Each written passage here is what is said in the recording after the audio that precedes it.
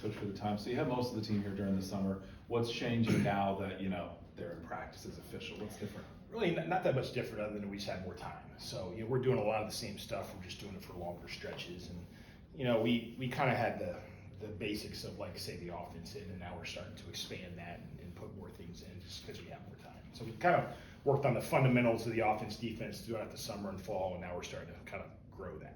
And with a year where you have so much changeover, you're losing so many people, bringing so many new people, younger people in, how does your coaching change now with a new group of people? Yeah, one of the things we did is the last couple of years, we've done a little more like small group and skill type stuff in the summer, in the fall, because we had so many returners who kind of knew what we were doing.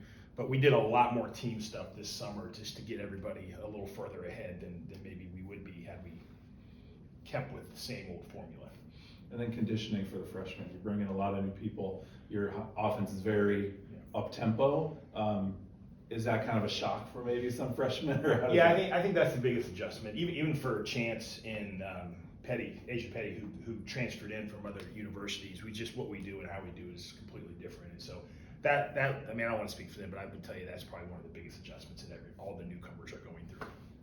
When you have, Kevin, when you have two people like Cody and Taylor Theory who were so important to what you did last year, how important is their experience both on and off the floor for such a new team? Yeah, we certainly got to lean on them because with so many newcomers and losing, I think the biggest thing, when you guys watch us play early on, you're going to see a lot of talent out there and a decent amount of depth.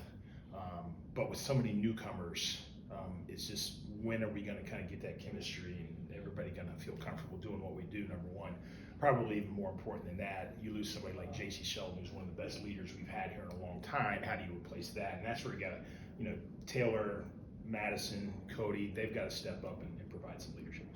You mentioned the young players. Like, what gives you confidence that those players can give this team the depth it needs when you don't have a ton of players who have played a ton here? Yeah, just watch them in practice. I think we've got some talent, but it's just how quickly it all kind of comes together. It's a little bit of the unknown. So, we're going to be really pushing them really hard here in the next month to make as much progress as we can. Among those freshmen, who do you feel like can contribute right away for this team? Jelani's a special talent. She can really play. I think she'll have a chance to help us right away. Ava Watson's been really good. She shoots the ball extremely well. She's got a very high basketball IQ. Elsa will give us great size and length and athleticism around the basket. Now she's coming off of an injury, her last year of high school in Finland, so she's still kind of she's practicing, but she's still kind of getting comfortable out there because she didn't really start going live here until a couple weeks ago. So it's going to take her a while to get comfortable, but I think she's got a very bright future. How do you feel like Jelani, Chance, Madison can all kind of complement each other in the backcourt? Yeah, no, I think they're all a little bit different. And, Jelani's just so fast up the court and has command of the ball, and Madison, knock on wood, looks as good as she's looked since the injuries and more comfortable, and she gives us great experience, and she just makes everybody around her better. And she's also a great defender, and then Chance just got a knack for scoring the ball. So I think they all bring something a little bit different, but I think they're all going to be instrumental or integral in part of what we're trying to accomplish. And obviously rebounding was a problem for this team last year. Do you feel like this roster construction is better for rebounding this year? I think personnel-wise, Asia Petty's a really good rebounder. She averaged like 11 rebounds playing in the SEC. Elsa, I think, can also really help with that, and we just need Taylor Theory and Cody to also step up and help. Kevin, speaking of Chance, I want to go back to Chance. Have you seen some sort of veteran presence from her playing college for as long as she has already? Yeah, she's a talented player, and she's picking up things quickly because she's got a high basketball IQ, and she's a really hard worker and a good communicator. And so I just think to your point, her experience, having played at a high level, she's going to be able to impact us right away. And also Cody, we talked a little bit about her already. She obviously had a very eventful summer, traveling overseas, playing in the 3-on-3. Yep. What type of aggression, or what more are you expecting from her in her third year this year? Yeah, I think if you look at last year, she played really well, like January, February, and down the stretch of the season, but kind of got off to a slow start for her standards. And so just think that hopefully she can put it together from day one to the last game, where she can be really consistent in being who she's capable of being. To bounce back off of that, with her 3x3, I mean, that's such a specific skill set. Yeah. How does that improve her presence in the paint, especially when you talk about rebounding and just having her in the post? I think one, just in general, that 3-on-3 plays to her strengths because you give her more space to play and she's really effective. And so, but I just think like kind of different ways to play the game and learn the game and grow her IQ and ways of doing things has been really good for her. And these first couple of days, you talked about having a lot of raw talent. What are you hoping to just see in these first couple of practices? Just effort and energy and really focus too, because you go from like 1 hour workouts, what we were doing, to now 2.5 or 2:45. You got to really be able to lock in and focus because we're putting in some new things and expanding what we're doing. So just getting really good reps throughout that time to build good habits.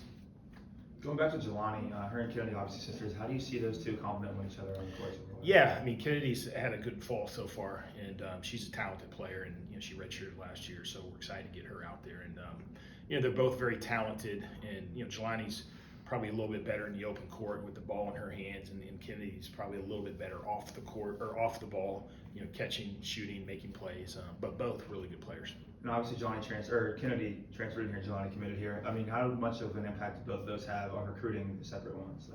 Yeah, no, they're both like high profile people that other people I think want to play with. Kennedy obviously had a relationship with Petty, and that helped kind of jumpstart us trying to get her. And Jelani's somebody that people want to play with because she shares the ball, and so I think that her impact for recruiting in the next couple of years could be really huge. Yeah, I know in the last couple of years you've talked a lot about how important culture is to this team. So, kind of the first couple of weeks here, how would you describe the culture so far? We've got a really hardworking group that really challenging and pushing, a very competitive group. So I'd say the competitive character of this group is really good, and I think that's rising tide lifts all boats, and so they're really working hard against each other. And I think if we can continue with that, it's going to be very impactful, just our growth and development. Kevin, when you have such an expansive schedule and traveling really across the whole country, how do you think that's gonna impact players? And I don't know if you had a chance to talk to Jake Diebler about the situation of the new Big Ten and how that's gonna impact any of the travel schedule, et cetera. But what were your thoughts? It's just like you go to LA to play 2 games. It's gonna be a long week, and so we'll obviously have a plan for just the academics and so forth. But we're still kind of discussing, when we go. Do we just go the night before? Do we go 2 nights before? And we've got the sports science people involved with that, with sleep and all that. So just try to have a good plan, and it's still evolving, but we'll get a plan together and try to execute it best as possible. I guess specifically about USC, they obviously had, in terms of recruiting and transferring, they had some of the top recruits and transfers go there this summer.